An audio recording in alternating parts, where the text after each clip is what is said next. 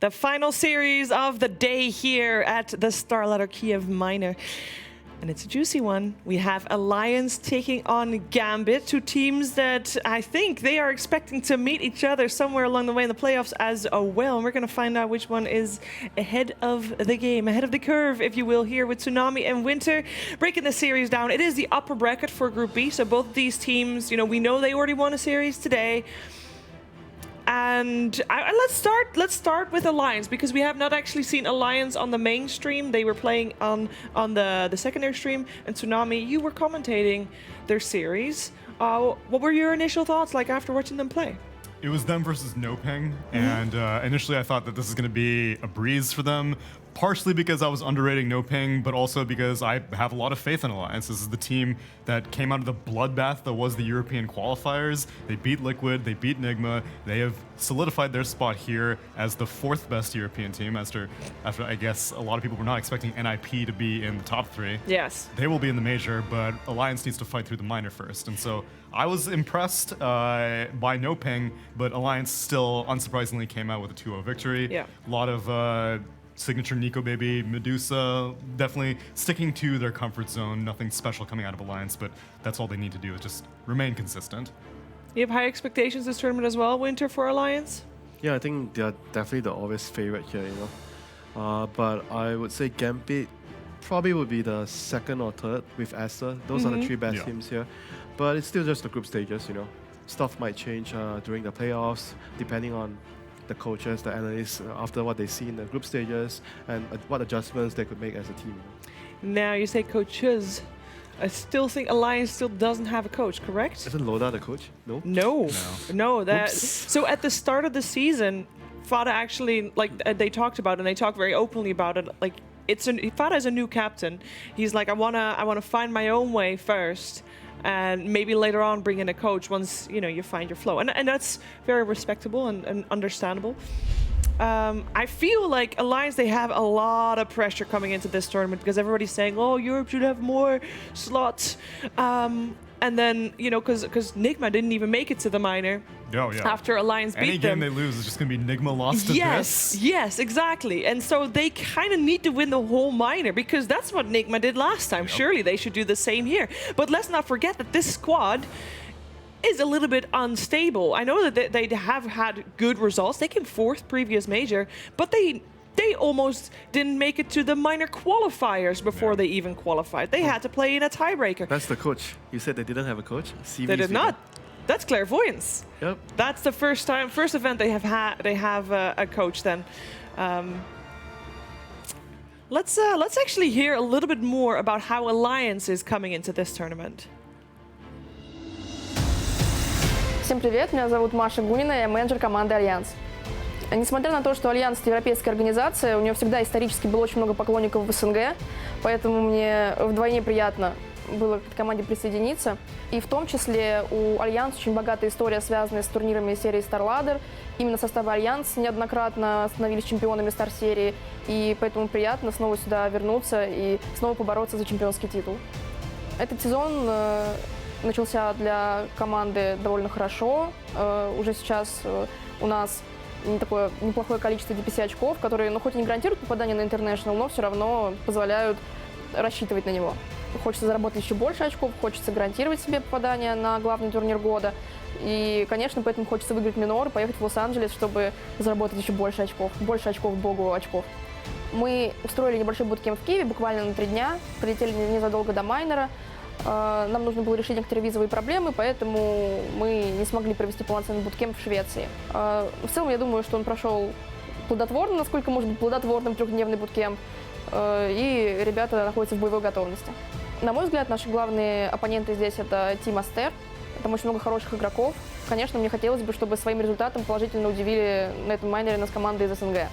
Хотелось бы увидеть кого-то из них на высоких призовых местах, но, конечно, не на первом.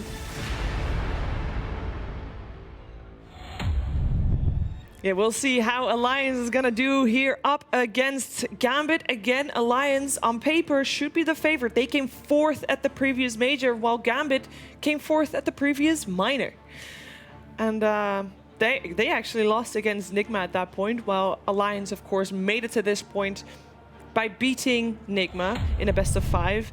Now, I must say, I think a lot of you also watched that series, and all the games that Alliance won from Nigma were very hard fought. Yeah. And all the games that Nigma won in that series were pretty one-sided. And it was an interesting series where, of course, in the end they win because of the Nikobaby double Rapier on Medusa. Crazy turnaround that game, but it was a turnaround. They were not ahead of the game. They had a lot of things to work on. And having a 3-day bootcamp, how effective do you feel like that is, Winter? Well, 3 days is not a lot. No. But I guess it does help with the players getting used to the time zones if they are not from the same time zones. But I don't think the 3 days bootcamp usually changes much. Okay. It probably just helps you, get settled with the place you're staying and whatnot. And I think that usually before the tournaments, it's not really the best idea to scrim too much. It's, in some teams, they actually tend to relax more, like the days before the tournaments, and just try to play more pubs instead of trying to scrim as much as you can, because you should be ready before you attend the tournament. Like, if you go there like 1 or 2 days before, you should try to just think about what you practiced before and try to focus on doing it well. That's sort of team that's within the region, though. I imagine other teams coming over to a LAN location somewhere else where it's like, oh wow, I can play European opponents with very little ping. Scrim me up, man. Yeah. Now, I must say, Gambit coming into this, they had a little bit of a rocky road. For people unaware, they lost GPK, and then he came back after the hassle was over. And according to FNG, they kind of felt like after they lost in the minor, they felt like they had a little bit of a break. They stagnated for a month. Mm-hmm. He says it wasn't good for the Dota, but it was good for the team building, apart from GPK, of course. That's obvious. That's actually a good point. He was looking at it from a silver lining perspective in that way, and I think it's very important. Now, we had a lot of high expectations going into the season from Gambit, but they never really made those expectations come true. From what we've seen today, so far they have beat KheZu. Yeah. Do you feel like they look a lot stronger than what they did before? With GPK, it seems like absence has made the heart grow a little bit fonder. Mm-hmm. He has been absorbed back into the team very seamlessly, it seems. And everyone had extremely high expectations for him. That's why VP wanted him so badly. Yeah. That's why Gambit did not want to give him up that easily. Mm-hmm. And so at this point, you just need to make it work. And while KheZu is not the most high caliber opponent, I suppose. Very diplomatic. Very diplomatic. Trying to keep this politically correct here. Alliance will be a true test for both these teams. Yeah. Both these teams struggle with consistency, so this is a good test to see who will be the fewer errors, I suppose, is what I'm looking for between both these teams. Yeah, but still, like what FNG did with Gambit for the past 2 years, he's been building the team well, even though with completely different players. I think that says a lot about his leadership as a player, as a captain. Like, he has this certain ways of seeing the game, like how they play the map. Even though there are two different complete lineups, but they play in a very, very similar way of who is in what position on the map doing certain things, Mm-hmm. They have the same direction. Now, what is the thing that you feel like, because you're mentioning the previous Gambits with FNG. Previous Gambits last year, they came second in a lot of places, also second at minors, like never really broke through properly. They were one game away for basically everything. Yeah, I think they didn't have the Nikobaby kind of So the player. GPK, you kind of feel like they fixed that problem by getting GPK. But he's a bit immature because of his age, and he's new to the scene. So what he did with VP previously, it's all understandable for someone who is new, who is a bit rash. You're overwhelmed with the amount of positive attention. And like you're getting, what right? you mentioned, getting benched does help him, understand. I mean, it could be a positive thing for him growing up as a human being, not just a Dota player. Yeah. You think you're the hottest thing on the block, but contracts, the law is always above you. I mean, it's not just about the contracts. I think as a player right now, I feel like building something is actually something players always try to avoid, and they just want to join the better teams instead of like... Grass is always greener. Yeah, but sometimes it's just good to build something from scratch, and you be much pleaser in the long run, rather than just looking for something that's good. I mean, in the when near you're, future. I guess when you're young as well, getting the opportunity to, like, you're asked by Solo and No One, who were literally the kings of the CIS scene for so long. Yeah, but Gambit were doing well at that point. That's true, but they haven't won majors like Solo and No One. You know, I can understand where you're coming from, but I also understand where GPK is coming from. Now, I am happy that he is back in the role that we want to see him in, and I think maybe this bench, I think you're right, it just did help him maybe realize a little bit more that it is indeed a team game. I think it helps them build more trust with one another. And when you talk about the younger players, like if you know that your teammates trust you more, it helps you build a lot of confidence when you're playing. Even within the region itself, CIS is not a region known for a lot of trust between players in rosters. So, like, I think the previous Alliance iteration, now the Liquid, has proven, at least in Europe, that like if you are able to maintain a roster and build chemistry for an entire year, that can oftentimes outdo any sort of mechanical skill that you think you might be lacking. Yeah, but not everybody is lucky to have an org backing them for 2 years. Yes, Yeah. that is true. FNG is lucky enough to have that. Yeah, he is a proven successful captain. Yes. Maybe he didn't win important tournaments, but I think what he has achieved with new players, a lot of new players, is something remarkable by itself. Yeah, I agree. We talked about Alliance being in the European region, Gambit being in the CIS region. The CIS region kind of like is like a bloodbath after the original VP kind of broke off. We know that VP and Navi, I believe, made it to the major, but it's been fluctuating who actually made it out of the qualifiers. It's there is no king at the moment, right? No, especially based off of the placements that these CIS teams get at majors and minors. It's like, do these teams even deserve to be at the major a lot of times? This the upcoming season has already determined CIS's slots in the 2020 to 2021 season based off of the performance of this year. And I think most people agree that CIS is just not in a good spot right now. So any stability that you can get is very valuable. Yeah, I also feel like if you can get a lead now, like if you can stay stable while everybody else is not, like Make it that's into the upper division next year. Yeah, that's the play. Think more for the long run.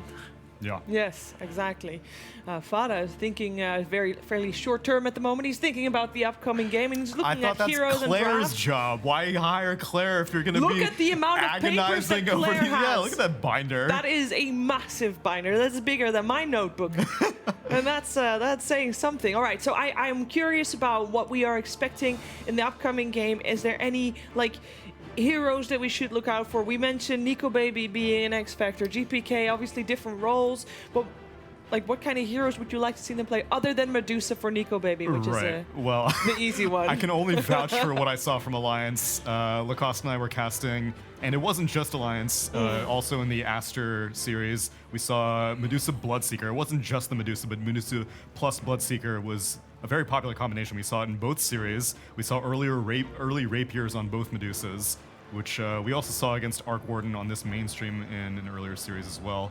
So yeah, if you don't want me to go for that, we did see some Void bans against Alliance, which I personally don't think that Void is in a great place right now. It is a signature Nikobaby hero, so I can understand why they would ban it, but I don't really think that the hero's in a great place.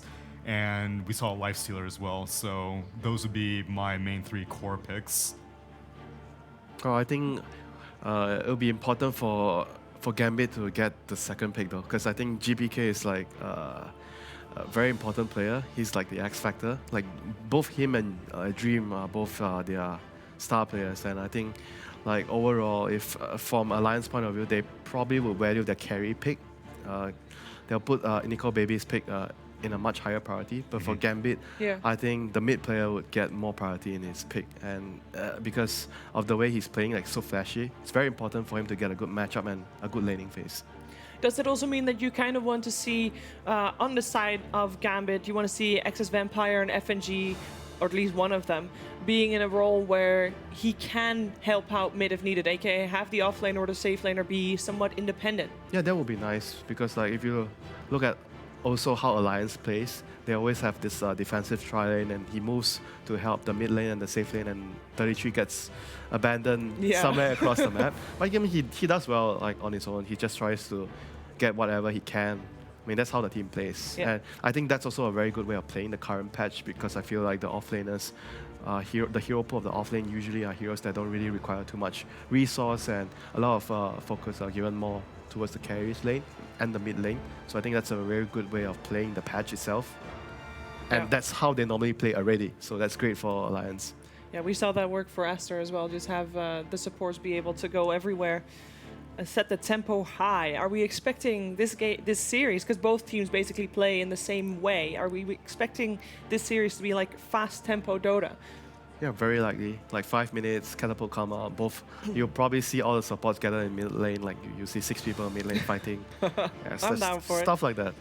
Wasn't one of the games that Alliance played today fairly slow paced from them, I seem to remember? Yeah, but I think they were hoping for mistakes to come from a less experienced South American squad. So they were like, we don't really need to play fast. You're going to mess we up got at the some late point. game come Right. at us. They have more Yeah. competitive experience. They have more, seasoned experience against European opponents in their own region. And Gambit are just straight up respecting Nikobaby. Yeah, you ban the win. first I love it. phase. You I ban love the it. win condition player heroes. Yeah, That's and great. which is what NoPing also did, and at least in their second game. It didn't work, but they I heavily mean, targeted the thing is, Nikobaby. he actually plays almost every single carry hero. Like, he actually plays a lot of heroes. Yeah. But maybe in tournaments, there are certain heroes that are better, he's more comfortable with. But And on patches, there are certain heroes that are yeah, just better right but now. overall, he's a player that plays many different heroes. Yeah, I think that Nikobaby's run at TI also showed him as a very versatile carry. Oh, he was a that- hot commodity. Yeah, that he could do so many different roles. And whenever But, they have that and 33, like Yeah. they have so much I mean, hero it's flexibility. a very on good Alliance. composition, because if you look at how each of their players, how they play, and how they behave in the game, like 33 and Limmp, they are both very sacrificial players. They tend to play a lot for the team. Like 33 likes to buy team items, he likes to move around the map, help the team defend towers, and Limmp is also a player that likes to move around to get kills, Yeah. So overall, they are a team that's very well balanced around how much farm is getting placed on each player, and whoever needs farm gets the right amount. So it's Which is usually Nikobaby. yeah, which is Usually always Nikobaby's the one that needs the farm. Nikobaby is like the king. Yeah. So he gets a lot of attention from the 4 bodyguards. Despite getting a slight nerve, Gambit still does not want to face the 33 Timber Saw. That Timber, is huh? terrifying. And it's one of those heroes that you can leave a lane very early, right? I think that is the... But generally, you don't really deal. see Timbers being banned early, unless you want to pick like certain heroes that Timber is really good against. I mean, on top of my head, I could take the previous patch. I saw a lot of Magnus. When you ban Timber, you pick Magnus. But right now, I'm not sure if Magnus is actually that strong anymore. But like you said, it might be just because they don't want him to get a hero that can move around, or it's hard to deal with in the laning phase. Alliance ban out the Nyx. I know in their previous series, a Nyx ban usually led towards a Snapfire pick. I guess there will be an Oracle pick right away here. A Baron, Oracle. I guess Oracle will be a much stronger pick overall. And I think Alliance likes the hero a lot too. On position 5. They can also pick Lifestealer if they don't need the support. Yeah, but I think they're not going to reveal the carry hero early, based on how I understand Alliance That's what I functions. thought, but in the Medusa game, they first phased Medusa for Alliance, and then NoPing first phased Spectre in response. I mean, that I can understand because they value Medusa as a very, very high priority hero. But I get what you mean, like certain situations where they might see an opening that I pick this hero, even though it's a win condition hero, but I'm pretty confident that no matter what you do in the still next few gonna win picks, with I'm it. still gonna be able to win with it. Or the other way you can think about it is you pick this hero early, the carry hero, and you get to pick the supporting cast around it later, so you get maybe better heroes to support Right. that particular hero in that game. So hence you actually make the hero stronger even though you pick him early. Especially a hero like Medusa that is oftentimes so enabled by a supporting cast. Pipe, Medallion, Blast, Solar Crest, Yeah. you name it. Just slap it on. So very interesting. So when a team picks a Bat Rider early, usually it means that the Bat Rider has a lot of roles within the team. Like you can put it on. I think the best roles for the hero right now is either position 5, mid, and off lane. I'm not so sure about position 4, but maybe it could work, but probably not as ideal. I agree. Alliance is actually the one that plays Batrider a lot as well, so a little bit of a steal as well, but the Abaddon instantly picked up afterwards, already countering the Batrider a little bit there. It kind of has to be a core Abaddon though, right? If you want to have it as a counter to could be a position 5. I think it's still open. I feel if you wanted a core, you would have gone for the Legion Commander. If you want a core with a Dispel. Well, I know Disruptor is played by both Handsken and Fata, so that's still a flexible pickup as well. Everything is still quite open. Yeah. For Alliance, it's a very good opening for being second phase. I think we talked about this a lot during the panels, where when you're second pick, it's very important that you open up the draft. If possible, you have a hero that has multiple roles, so that it helps you deal with the difficult lanes. Because when you're second pick, you have a higher chance of getting into bad matchups in the side lanes because you're picking first. So having those flexible heroes helps a lot. And they have both flexible heroes because Disruptor could fill 4 or 5. Yeah. So they go with the Earthshaker. Batrider is still open, but generally you have the Earthshaker and Batrider off lane duo. Yeah. They are heroes that work really well together. But as of right now, I think overall it's still quite open to what they're going to do with this Earthshaker Batrider. Everything is still unclear, ambiguous. They're just trying to, both teams are trying to bait out each other, you know, they just want to see one more pick before they pick the important hero. They're trying to outmaneuver each other in the drafting phase. How do you feel about Shaker as a hero right now? I think he's pretty good hero on a position 4 role, because I like having a position 4 that can roam. Like you can move around to help the other lanes, rather than before it was more about a static laning phase 2-on-2. But I think because of how the laning phase has changed and the heroes and the patches, I think it's much better to have like a roaming position 4, in my opinion. And we did mention how it would be nice if Gambit pick a hero who could help GPK mid. Yes. And Shaker can definitely do that. Yeah. Shaker is like probably one of the best right now to do that. Before in the previous patches, you have like the Tusk, the Earth Spirit, but because all those heroes got nerfed, so Shaker is the one that is still here right now. I guess if the Batrider is a 5, he could do that too. Is that a little bit of a hero that can help out mid, or would you rather just see him stick possible, on like, if not it's so a 5? good. Usually the position 5 Batrider is more about, he's like a Undying. Okay. To be simplified. So you understand his role. He's just there to secure the lane for the carry. Okay. And later into the game, he is useful as in you have a disable that goes through BKB, so you can disable the enemy carry. That's what you're going to do in the game. But generally, after the laning phase, you're probably going to stack and farm jungle or push out lanes. Still a Void ban coming out from Gambit, respecting the Nikobaby Void here. And I guess out of all the cores, they're letting Lifestealer go through. Yes. Like there's still Slug too, though. There's a lot of good heroes. Oh, that's true. Slug as well.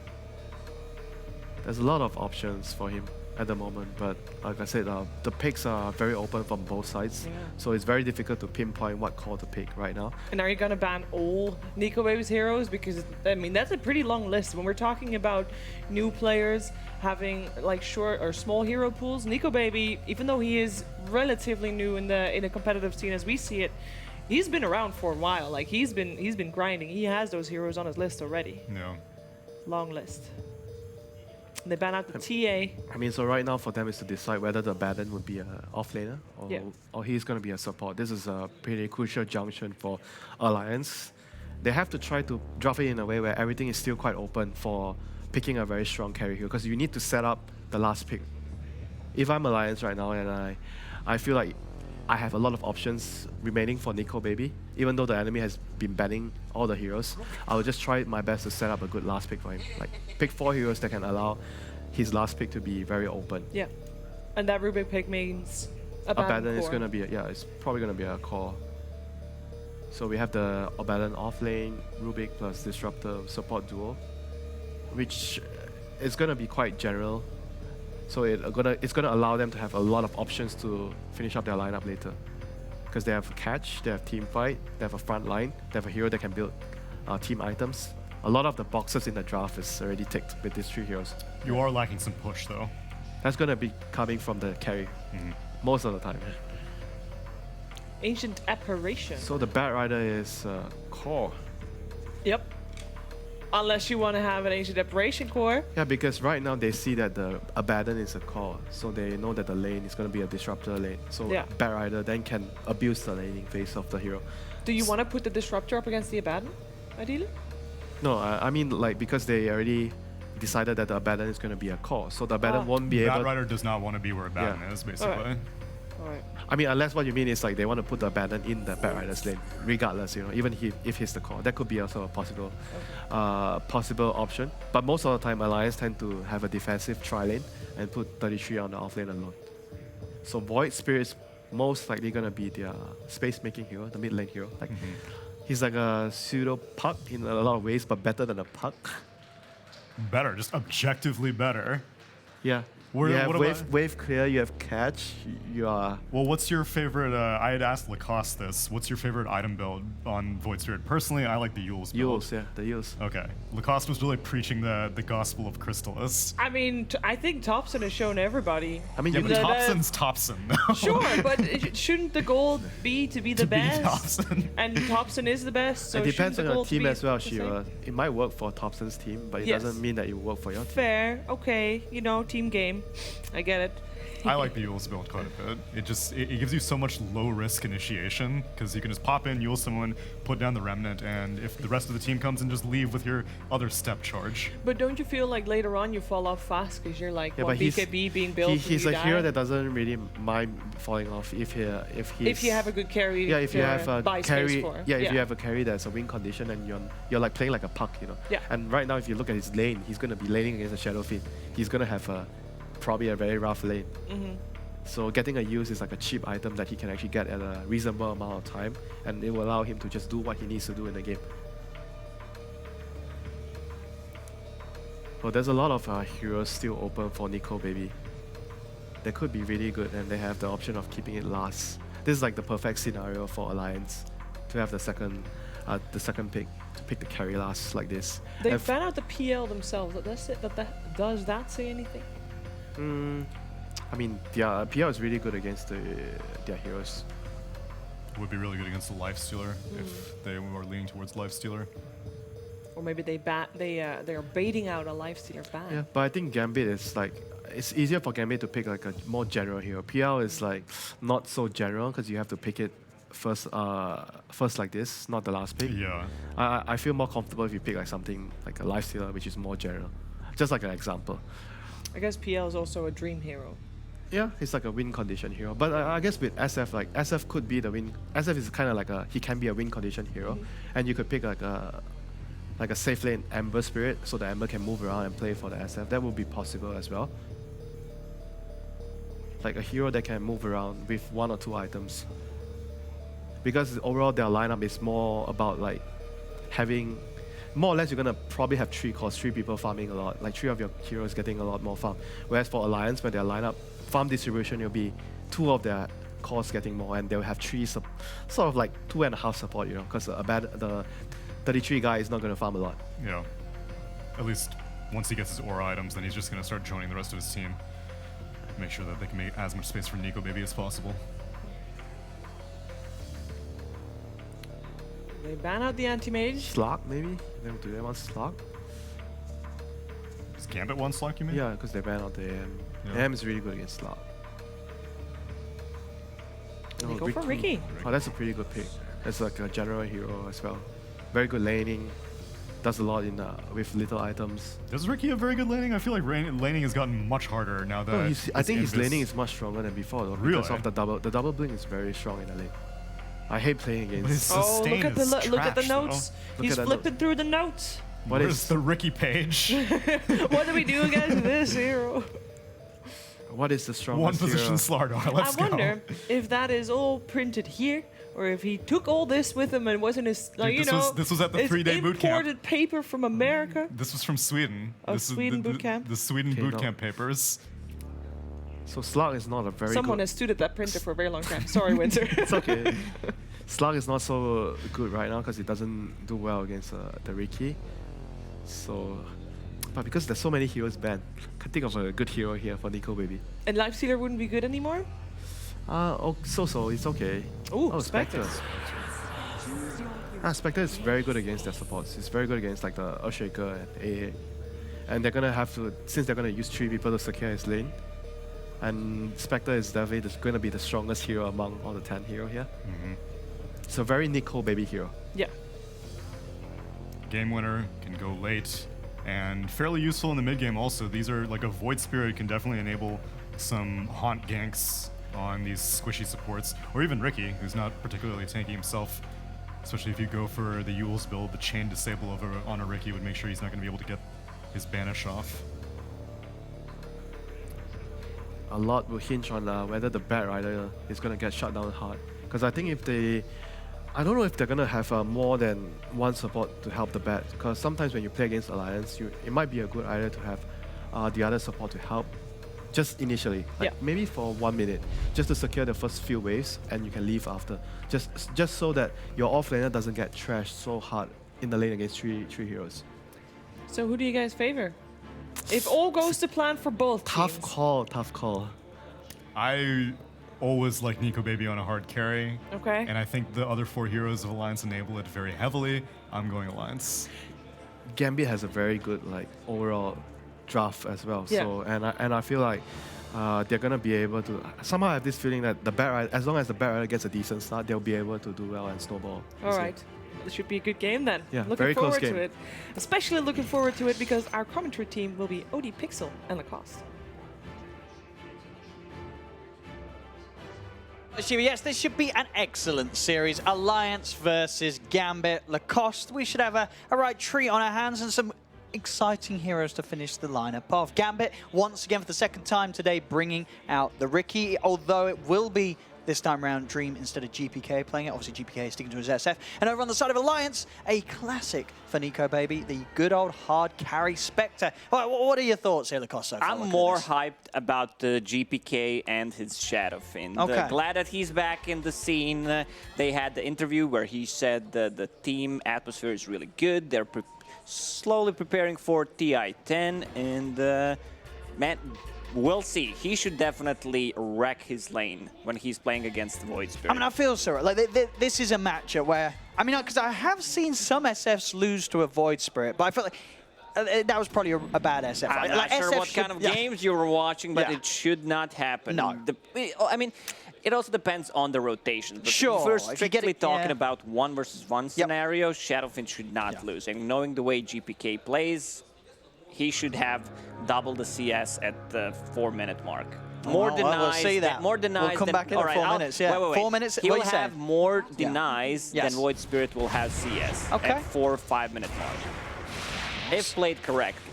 Oh, did you see that? You know, I'm backing myself up here, Owen. Well, we're going to be checking that a few minutes into the game to see if it doesn't happen, I'm just going to say he didn't play it correctly. It's a win-win situation for me. This is some excellent analysis. You know, you've just covered yourself on all bases. You know, whatever happens, you're going to sound like a genius. I like to talk about GP, but we just saw Dream there coming in with a very nice little bounty rune snipe. Able to use those 2 blink strike charges, as Winter did talk about in the panel. Very, very strong for Ricky in laning and in making those cute little plays. Getting in, picking up the bounty rune, and getting back to safety. And we'll see how it does in this lane. Obviously, to talk about Alliance, they're running theirs aggressively. As the panel said, you know, they're obviously going to keep both supports, Handsken and Fata, in the same lane as Nikobaby. They're taking it up top, and they're going to be looking to get Nikobaby farming aggressively into the face of Dream's Ricky. They understand what their win condition is, leaving 33 in a matchup where he has ways of dispelling those sticking up palm charges, and he really shines in 1 versus 1 matchup. So far, Shadowfiend 4 CS 5 against IC 2, 3 on Void Spirit. Also, Vampire lurking around the mid, trying to get a good Fisher block. 2 mangoes to work with on SF at the moment, but top lane, FNG dropping low. Oh yes, he's able to juke his way around the trees, so will live, but definitely the pressure that Alliance is putting on this top lane already being felt. An early salve having to be popped by FNG. Mid lane, yeah, both teams now offering a bit of extra action over here. Handsken's going to come across, try and get some space to alleviate the pressure on Limmp a little bit. Make sure that he can get to that early CS without having to worry about GPK bursting him down with some nicely placed raises. And at the same time, you know, Handsken's presence just pushing excess Vampire away, making it harder for Gambit as a team to set up for a Void Spirit kill. GPK focus on the denies. Don't make me look dumb again. Again, and he's got just the one right now. I mean, definitely overall, we are feeling the strength of the SF against the Void Spirit, without a doubt, either way. He got level 3 before Void Spirit. Yep. Now he needs to be careful about getting close. That's a full bottle already finished on GPK. We're seeing on those side lanes, bottom lane CS 13 for 3 against the 9 for 1. I mean, yeah, this matchup, I mean, you mentioned 33, he loves being in these situations where he is in the 1v1. And this hero versus Bat, like, you should just, just destroy the Bat in CS? Or, because I mean, the Bat never is able to pose any kill potential on you, is he? No, he can't kill you, but you're still, both of these heroes are going to get farmed. The thing is how 33 wants to play it, like who's going to contest the side camp and get the most out of it. Yeah. Yeah, and Shachlo, of course, just skipping the creeps, dragging the waves round. Knows it's the safer way to play. Doesn't want to try and directly contest CS in the 1v1. Will cause the attention of Handsken to come over here. So Handsken will come around and mess around with him.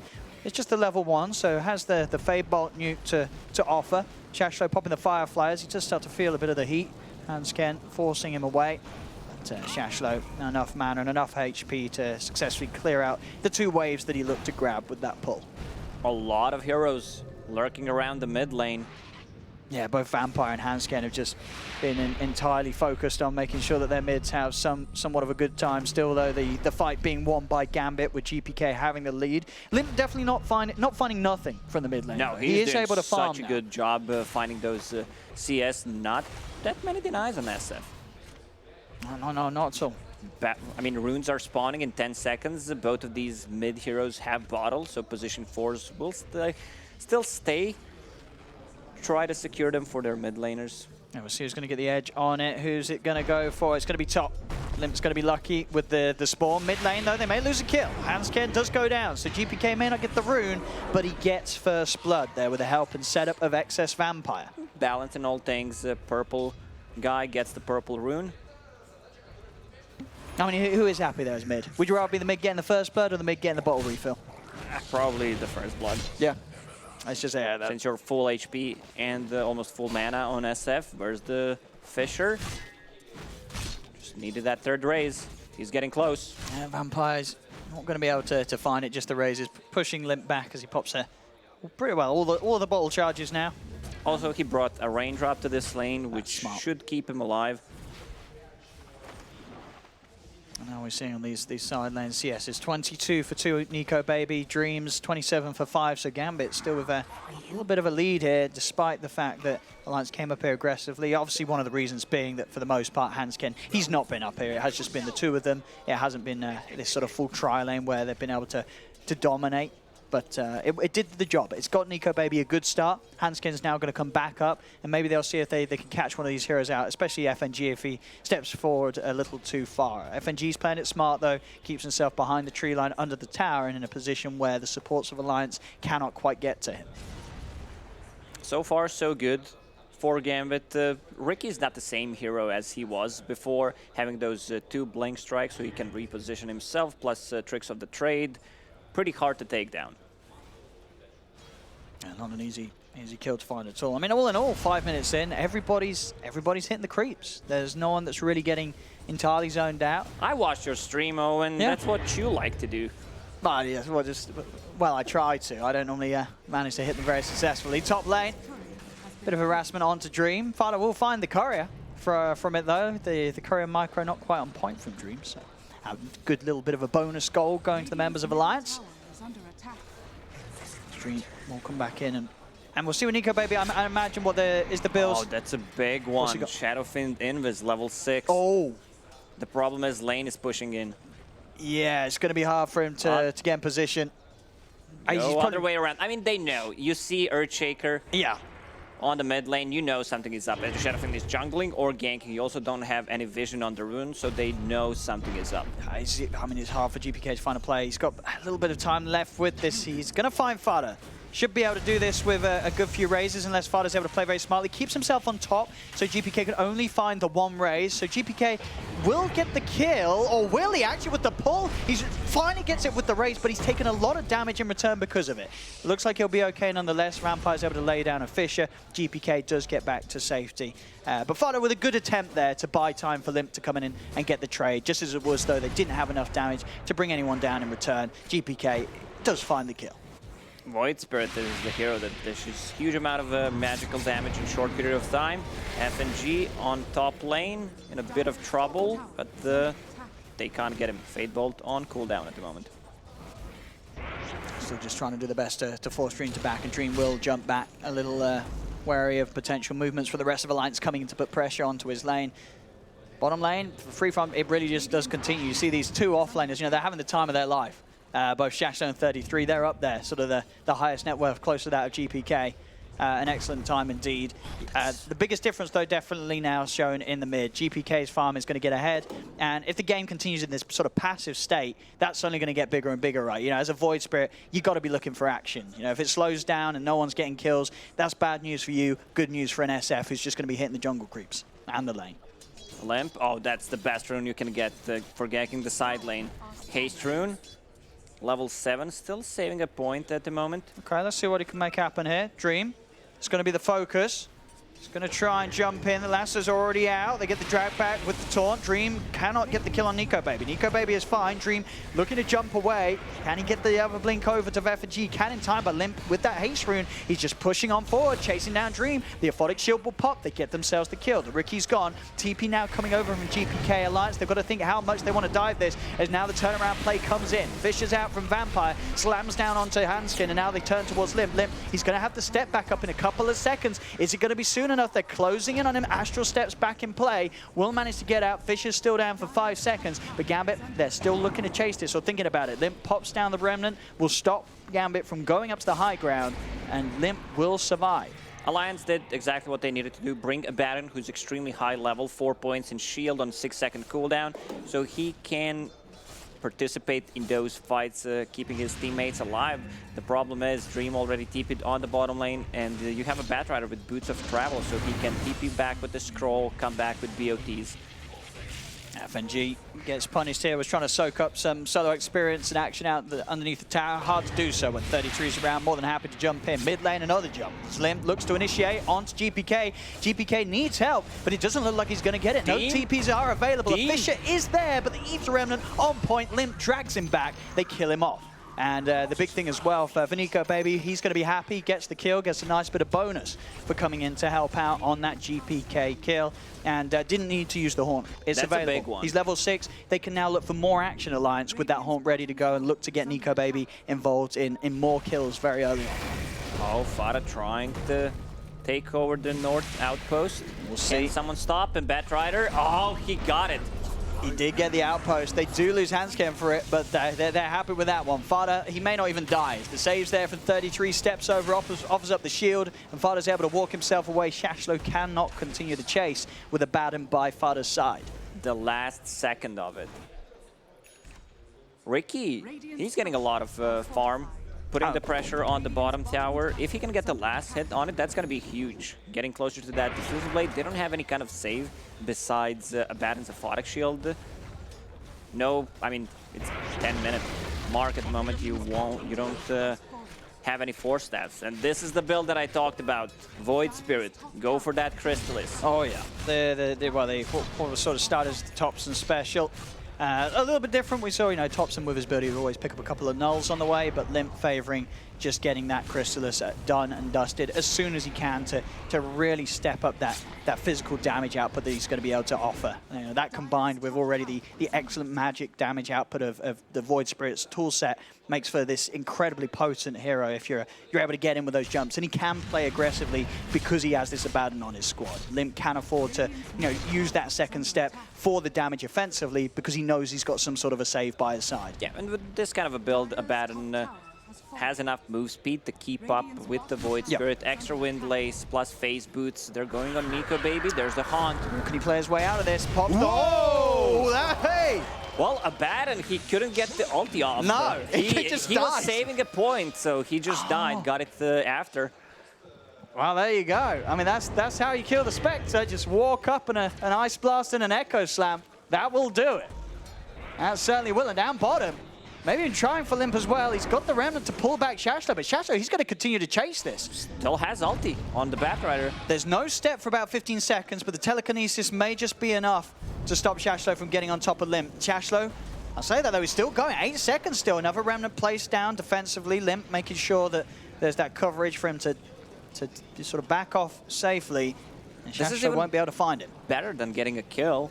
Like, you force a Baron to TP to the bottom lane, so your Void Spirit is forced to hit the jungle creeps. There we see it, replay. We'll see that again, and really nice from Vampire. He doesn't walk all the way in with the Echo Slam. He knows the exact radius, so he can play in a way where he can drag in some of the creep wave and get the full damage potential out, rather than doing what a lot of Shakers would do and just get straight on top of the 2 heroes. He just knows he hits a big slam, there's more than enough damage to clean up the kills. Big brain plays from XS Vampire, also just 1,000 gold away from a Blink Dagger. He's high level 8 at the moment.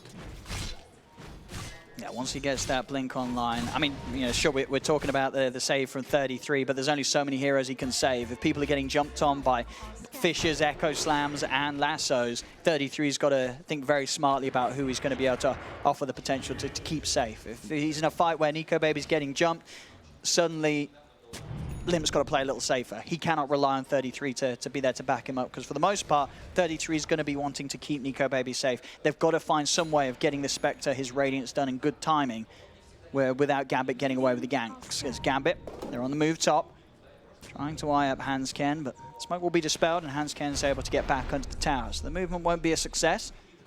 Roll Jelly will be found by Limmp. I'm sure he's going to want to take one of those for himself. Give one to the Spectre probably out of these. Or 33, probably Spectre. Give it to Spectre. Yeah. She has pretty limited mana, even though Soul Ring is done. Gambit wants to play aggressive right now. They have this global presence from AALT and the Batrider with Boots of Travel. So they want to be all over the place, getting the kills. They understand that Spectre is not buying any items at the moment. Gibkiy, he tried to come across. 33 just straight up picks up a haste and he tried to turn this one around. The Fisher's out. They've got a lot of members here, Gambit, as they managed to keep GPK safe. GPK tried to get the ult off, but Fata, in the perfect static storm, puts a stop to the combo. The ult's out from 33 as he's trying to step forward. The fear does push him back. GPK still able to get the Requiem off and will save himself with that in mind. The rest of Gambit are still looking for potential to get in, but 33 is up to the high ground. They can't jump on the Abaddon. Neither team to lose any heroes, as both teams just showing up pretty much in full force, apart from Nikobaby. Nikobaby, with that space, was able to stay bottom and continue to work his way towards the relic. 2k into it at the moment. He's making good steps on that item, but overall you see in individual net worth, GPK is just crushing it in the farm. No hesitation, he's 2k ahead nearly of everyone else in the game. That drums BKB. Once he has that BKB done, which is going to be relatively quickly on this SF, he's going to be a beast that Alliance's heroes just won't be ready to deal with. They can start running down lanes, Gambit fighting around the Shadow Fiend, and he's going to be incredibly strong. They have no answers for Shadow Fiend with BKB. Yeah. Also, the timings on Gambit's items is going to be, they're going to have like 1 or 2 minute window when the Diffusal Blade plus BKB are up before Spectre gets the Radiance. Oh, and yeah. the Earthshaker will have a Blink Dagger, and this is the time for them to take the full advantage of it.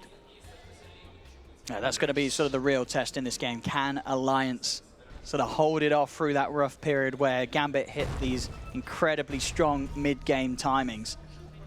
And they've got to do so. You know, this is Alliance's game plan. They've got to hold this game off, get the Radiance on Nikobaby, start to drive it out to the later portions where this Spectre will be able to pop Haunt and just destroy sort of the gameplay of these supports on the backlines, even sort of the heroes that are trying to find the initiations, the 2 cores, Dream and Shachlo. They're not going to have a lot of fun with Spectre's Haunt illusions on them in the fight, giving away their position and allowing Alliance to take it. But Alliance has got to get there, and they're 3k down.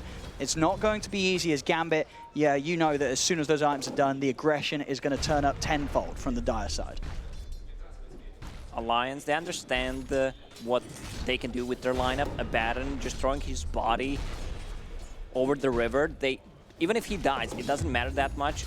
He's fishing for any kind of information that he can, so that Gambit's heroes show on the minimap, so Spectre can farm safely. I wouldn't be surprised if they just throw at a position 4 or 5 on one of those lanes, try to push it as far as possible, so enemies will get a kill and just buy time for Spectre to buy Radiance. Once that Radiance is up, Earthshaker's going to have a really hard time initiating with the Blink Dagger. Yep. Oh, and that time is ticking. 3k gold. They're going to want to do a play soon, without a doubt. See some nice little bonus items coming out. Dream does manage to get himself an Imp Claw on the way. So Imp Claw and Defusal, the Riki, it hurts. Gambit, they've got to use this. They've got to find a fight, and they're going to go straight for it. No hesitation, smoke up. They're ready to make a move. They need to find a big kill, though. Support won't suffice. Dream would be to find Nikobaby. Limmp would be great, but these are the two heroes they want to get. Yeah, you definitely want to get Nikobaby, and this is exactly what I talked about. Fata just being on the bottom lane. I mean, look at where Tier 1 Tower is standing at the moment. Yeah, he's sort of saying, come and get me. Yeah, I mean, he just wants to die. Here it comes. That'll work. Fisher opening onto him, and there's the save from the Aphotic Shield, and they don't actually kill him off straight away. Limp's going to be fine, able to jump out. And again, these static storms, Fata catching off Dream, and suddenly the move's put to a stop.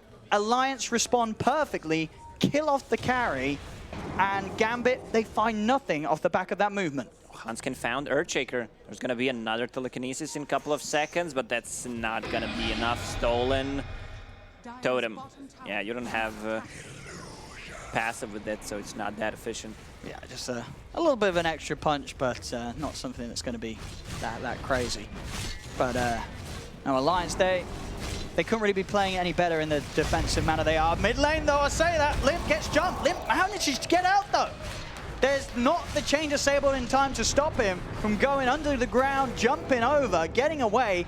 33 will be the new focus, but the ults pop. He's running out of there. Can they even kill Abaddon? 33's running the 5 heroes of Gambit. They're chasing, trying to find some sort of a kill. Oh, they killed his courier. That's Relic. It's actually a lot. I Yeah. mean, he's not going to have Radiance for the next minute and a half, 2 minutes. He needs to farm that gold, but it's still kind of cripples your farm. No, for sure. I mean, and they needed that Gambit right. They've been making they're trying to make these plays. They're just not happening. Every time Alliance is getting away, in the first scenario, obviously getting the kill on Dream in return. That time around, not losing any heroes. Limmp managing to get out of the full combo that Gambit was trying to execute. But that courier kill, that extra window. They've got an extra minute to try and do something before that very, very scary timing of the Radiance comes out from Nikobaby. They've got to continue this pressure, Gambit. Even though it's not been going great for them the last 2 times, they cannot give up. They've got to keep on with this aggressive advance. Those last few fights were without Gibkiy having the BKB. That's the now kill he's they got want. it. Here we go. Can they get Nikobaby? No horn for 60 seconds. This should be a pretty solid shot. Ice Blast out. Perfect move. Finally, Gambit get the break they were looking for. They are able to kill off the Spectre. They'll lose the Shaker in return, but that Spectre kill, that was what they were dreaming about. Alliance, couple of seconds late. They smoked up, try to go for this bait kill on the Spectre, but Gambit so far staying just 1 step ahead. Got to keep this up. Mid lane, tower will be taken, 33. Able to find that space to push down the tier 1 tower. Start to build up those further auras on Gambit's side. The auras are already done. Shachlo, pipe is complete. So with the pipe bat, with the BKB SF, as soon as Ricky's back up, I wouldn't be surprised if we start to see Gambit, maybe even just look to run down a lane, push for some of these tier 2s. Sure, the ganks are nice, but it's a lot harder to do. If they want to go for some 5-man action, they are still going to feel relatively strong in this timing. About 20 seconds until the Relic will be back, available for Nikobaby to pick up, and a few hundred gold away from the recipe. So they've sort of got one more push, one more fight in them, Gambit, before they are going to have to deal with the Radiant Spectre. Lions, they learned their lesson. They've been using the scan on top of Spectre to see if Ricky is there. Also having 2 heroes sitting behind her just to finish off that Radiance. Then it's going to become much easier. But look at Gambit. Here we go. Is it going to be a Roche? Or they've got to, I think they get a action. off. Yeah. Limmp is going to get jumped on. Vampire straight up to the high ground. They had the wards. Now it's time for the Roche. No buyback on Void Spirit. He bought the Ogre Axe. This is the way old Gambit played. Shadow Fiend around the level 15. He gets Presence Aura, affects buildings. They group up. All the timings are synchronized. And now they're going to start slowly sieging. Yeah. It's time to push on and use this incredible power that GPK has amassed at such a rate. Top lane Shachlo will also find himself a solo kill. Finds Handsken out alone, no hesitation, just committing with the lasso. Knows that any way they can break down Alliance's lineup at this point, take a member off the map, it does continue to give them the free reign. We talk up the Radiance on Nikobaby, but it's not like the game is now impossible for Gambit. They're still very, very strong because of how big GPK is. It's just the fact that if this game does continue at this pace, that gold lead will fall. Gambit, they have to keep their feet on the pedals. Alliance right now playing against Aegis, they still want to keep farming. Yes, you get that Radiance on Spectre, but now it's time to keep farming. They don't want to fight for another 5 minutes. And you like this as well for GPK, the BKBs into the butterfly. That's going to give him some easy damage. The mischance against the Void Spirit, just the right clicks and the Spectre will help a lot. He's definitely going to need Satanic in this game so he can stand the ground and have that lifesteal against Spectre. I mean, you might get like Paladin Sword, then you could swap things around, get more damage instead of it. It's going to be all about the jumps, especially with Shachlo having a Blink Dagger too. Both him and Vampire, as long as if one of them can get in on top of Nikobaby before the chance is there with the Horn, they can still easily kill the Spectre at this sort of timing. But they had to find him. So it's up to Nikobaby on Alliance's side to keep himself in positions that do not allow Gambit to make those sort of maneuvers onto it. His bottom lane, already in the trees. Shachlo trying to start things off with a lasso onto 33. Not the easiest of targets to do anything about those. 33, of course, has both the shield and the borrowed time to rely on. So the lasso won't result in anything at all other than sort of forcing a reaction from Alliance. Does force everybody apart from Nikobaby to come down to the bottom lane. They'll head over, try and reclaim some control of this area of the map aggressively, taking over the outpost. But Nikobaby just keeping himself out of harm's way, focusing on the farm, and Gambit, they're unable to find him. As long as they stay down here on this bottom half of the map, Nikobaby, he's going to have this entire top half to play with. Yeah, that's what they want. Give Spectre farm while Rest is just buying time, try to make stuff happen, but they do not want to fully commit into a fight against the Aegis on this Shadowfiend.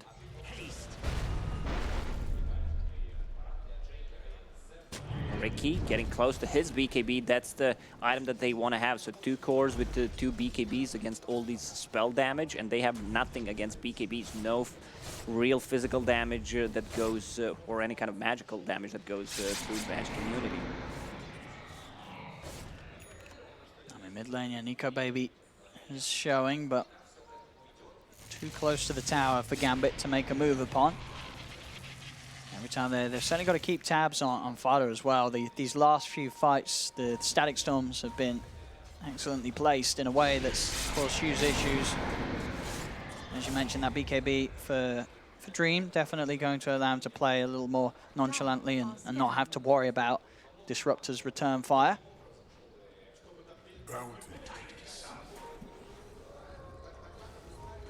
Still with this 9k lead, Gambit.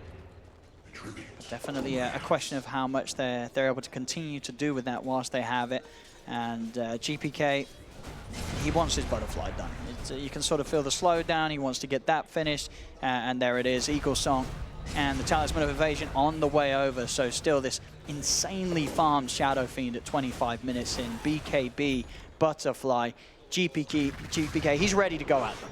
He is. They still have a minute left on that Aegis. Gladly they would use it, but Alliance, of course, keeping the track of it, just wants to dodge a fight for the next minute. They don't care about that tier 2 tower on the bottom lane, which was extremely low. Yeah. I mean, would you know, Gambit, 10k ahead, are they ready to start even pushing towards tier 3s? Like, can Alliance respond, or if that happens, is Nikobaby still going to be just kept elsewhere? He's not really ready to turn up. The Radiance, as you say, not really enough. He needs at least that second item on top of it before he can turn up to a fight without the worry of Gambit just blowing him up. There's still a tier 2 tower on the mid lane and tier 1 and tier 2 on the top lane, so yep. They don't need to go for that tier 3. Just try to choke them, take those towers. The next Roche will spawn in the next 4 to 5 minutes.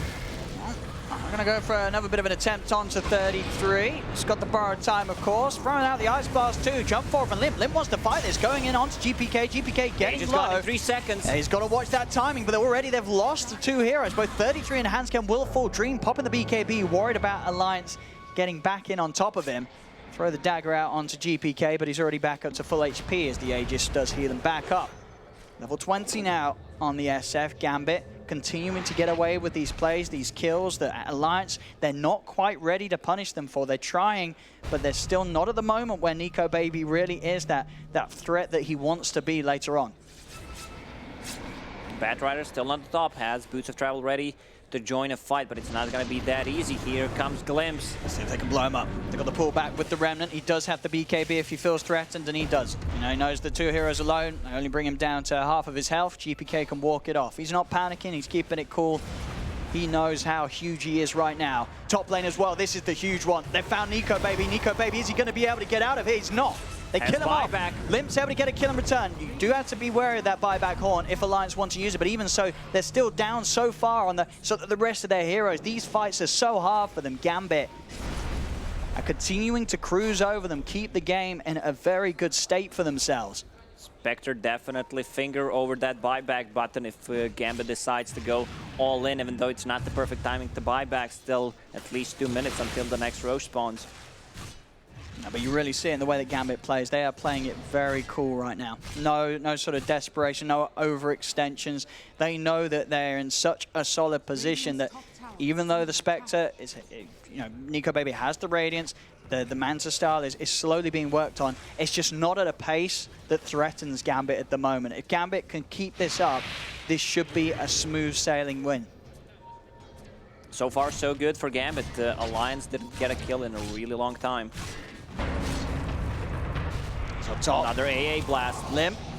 There's a bit of protection here. The Static Storm will trap the two of them. GPK pops the BKB. He wants to finish off this Limmp kill, but Limp's able to jump away. GPK has to use the remainder of that magic immunity to TP away. A couple of BKB charges used there from Gambit. This time round, do not get the kill. Limmp just a little too elusive each time, able to get off that dissimulate. And they don't quite have the reach to chase him out after that, as long as he's able to separate himself from them. Back on mid, 33 showing, Dream. Got to be a little careful when that BKB is unavailable. Feeling strong though with FNG and XS Vampire ready and sitting by the sidelines. But you really do see it here, Gambit just with a very, very convincing and ever-growing lead. They've not allowed this game to slow down to the point that Alliance want it to with this Spectre lineup. They've been finding kills, finding objectives, and it just doesn't stop. Bottom lane, Handsken. TP's cancelled. XS Vampire and FNG will run him down with the spider legs. They can easily close the gap. We'll try and turn, but he'll tick down the Ice Blast damage. 13-6, 14k lead. Gambit just not letting up at all against Alliance. Can't run away from Spider Bull. Thank you, Ice Frog. Also, that Glimmer Cape will keep him alive. I saw that he wanted to go for Shadow Blade and upgrade it to Silver Edge so he can break Spectre at one point, but decided to go for Glimmer Cape instead. Limmp is walked straight into a smoke cloud. Static Storm down. Will it save him again? He gets the dissimulate off. Is he able to jump out? He is with the 2 Astral Steps. He will survive. Another attempt put to a stop by Fata with the quick plays, dropping this Static Storm, making it hard for Gambit to continue to fight into him. Remnant's going to be out. Shachlo's able to easily juke it. 33 trying to get some pressure onto the bat, but Shachlo's tanky with the pipe. He's able to force out and Firefly down over the river and back to safety. So Gambit not getting kills, but still heavily pressuring Alliance's lineup, making it very hard for their cause to get any farm done. Sure, Nikobaby still is picking up the gold, but this GPK SF, it's just ridiculous the numbers he hit. He's 19k net worth at 30 minutes in. His Satanic is nearly complete on top of the Butterfly BKB. Like, he is just such a huge issue that Alliance, they are nowhere near ready to address. Alliance, it really feels like they need a solid, like, 20 minutes more of this game to have sort of the chance for Nikobaby to be this threat. At they the moment, need 20 minutes while Gambit time is slowed down by 50%, you know. And that's just not going to happen. Gambit not going to find this fight head on as Alliance will turn. Look to go on to Shachlo, but again with the pub, he's just too tanky. They just do not have the damage, even with the Horn. At this stage of the game to kill off any of the heroes of Gambit. Gambit are easily able to just wait it out, get back in, and they certainly will. With the Horn down, they know that there's no chance that Nikobaby wants to turn up for a fight. They can move up to this top lane, take tier 1s, tier 2s, and this is the scary thing, right? This lineup, they're 18k ahead. They haven't even taken these towers. They take these towers, they're easily over the 20k mark lead at 31 minutes in. They are just playing so fast and so brutal. this Alliance's lineup has one core at the moment, and that's Spectre. If you compare GPK, who's about to hit 20k network on top of 8k of Void Spirit, that's a huge difference. See in the trees, Handsken's been found. Gambit just not missing a single opportunity, and GPK just continue to play it so cool. You know, he never panics and pops his BKB. He knows with his Satanic Butterfly, they cannot bring him 100-0. Even feeling very, very cold. He's queuing up the Rapier. I think he knows, you know, he's this big. They just cannot kill him. Yeah, he can stand his ground. They have a force staff to push him out, but there's no burst damage on side of Alliance, so he should not, like, he does not care. And this Divine Rapier, you know, has a built-in True Strike against Radiance. Yeah. And, you know, you're about to put yourself up in Aegis. I mean, GPK may even say, I don't need this stream. You be the one to take it. They cannot kill me. We see how safe he wants to play it. I mean, he's still going to take it. Be the one taking it. I guess he knows, you know, because of how far ahead he is, if he does somehow die, he gives up a lot of money. They try for the jump. They get the kill, but GPK is still able to pick up the Aegis. Alliance only able to steal away that final touch on Roche. But GPK, he says, you know what, you can have a bit of gold. I don't care. I get the Aegis. We still have such an incredible lead that it really doesn't matter that you got that little bit of a something. Yeah, Abaddon got the cheese from that. So GPK only with the Aegis, and Alliance got the last hit on the Roche, so at least it's something at the moment. Spectre, she still needs farm. Not ready to fight. She can't fight against Shadowfin at the moment. I mean, really, yeah, just this GPK SF, it is that far ahead. Because, yeah, sort of elsewhere, it's like, okay, Nikobaby's only a little bit behind Dream, but then the difference, the lead that this SF has, it is far too much for them to deal with. They're ready to go high ground, Gambit.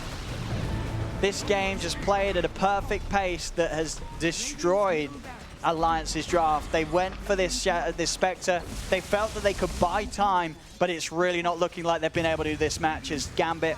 They knew exactly what to do, and the execution's been flawless. That Aegis on GPK, you can't really target him, and the Presence Aura affect buildings. That's a -7 armor. It's a free deso. I mean, they're just taking the Rex. What are you going to do if you're Alliance here? How can you stop this man? They're trying. I mean, Nikobaby's in, but the GPK just turns. Lifesteal's back up to full. Alliance, they cannot stop the racks from going down. The melee racks fall. They do manage to get the lasso. Static Trying resistance to go on GPK. You see at the back, Nikobaby's looking for some support kills, but he cannot even get the AA. He will die for his attempt too, as Excess Vampire just turns, fishes him out. Dream, he's diving in near the fountain. BKB's popped as he commits, kills off Handsken. There'll be a buyback from the Rubik. There is a buyback haunt available from Nikobaby, but already the damage is just being done. The 2 sets of racks are gone. This game has just fell entirely out of control for Alliance, as it seems. They need some sort of insane turnaround right now. They do look to jump on GPK. Haunt comes out. They're in on top of them. Maybe they can kill him off the once. Aegis is popped. Can they do it again, though? That was the Haunt used. Echo Slam is ready. Let's see what they can do the second time around. Excess Vampire indeed watching from the side, looking for an opportunity to get in. Fishes out onto 33. The GPK getting a little low down to half H, but Limmp commits. Gets caught out by the cloud. Limmp does have buyback. Dream jumps in the damage. Rips apart the Rubik. GPK still alive. The Static Storm's down, but he's able to walk out of it simply. GPK is fine. Glimpse back on Excess Vampire, trying to separate him. But GPK's back up to full HP level 24 on this SF. As Alliance, Limmp, he commits, but the cloud's out. Limmp, he needs help, and he needs it now. The Spectre heads in, but Limmp will fall. That's a dieback on him. Nikobaby is able to get FG, but it's GG. This game is well and truly over. Excess Vampire ready to finish it off with a good old slam. And Gambit, I mean, they say, well, that's a cute little Spectre pick. How about you have some of this? And they just run them over. Oh man, this has to be one of the best Shadowfin performances in a long time. It was not Shadowfin with the Yule Scepter, nothing flashy, but his positioning, he's saving that BKB in every single fight. Does not want to pop it straight away. The itemization on him was perfect. Like you saw that engagement at what, 10-minute mark, power treads, magic wand plus drums. He's not dying. He's sitting at almost 2000 HP. No, really just a masterclass from Gibkiy on his SF and the team as the whole. You know, there was sort of that one bit of the game where they struggled to make plays and stop Nikobaby getting the Radiance, but it didn't matter because of the fact that Alliance, it was basically all 4 heroes other than the Spectre were just playing sort of full babysit the Spectre mode. They weren't getting any farm themselves. They were putting everything into the Nikobaby basket, but as the minutes passed, Gambit as a whole, they took objectives, they took map control, in a way that Nikobaby, he just never got to play. This Spectre was never anything more than sort of a slight issue to the supports. If FNG sort of dies to a horn at the end of the game, that's it. They just never hit the ability to slow down the game. I mean, I feel like after that game, how do you let Gambit have SF? Like, if they play this well, this fast with SF, you just cannot play this style of Dota against this SF lineup. No, they were staying one step ahead with the item timings. Earthshaker got the Blink Dagger before Spectre got the Radiance. They had the BKB, they had the Diffusal Blade and the BKB on Ricky, and there was this window of a couple of minutes where they just built all the advantage in the world that they needed. Takes the Roche, GPK, Shadow Fin, Presence Aura Effect buildings, you just clear them out. Well, a terrifying performance from Gambit. Alliance, they're going to have to come in with something different than their sort of Spectre lineup that's done so well for them in the past. As Gambit, they've certainly got the answers. They take this game 1 incredibly easily. We'll see what happens in game 2. Do not go anywhere. We'll head to a short break and then back to the panel.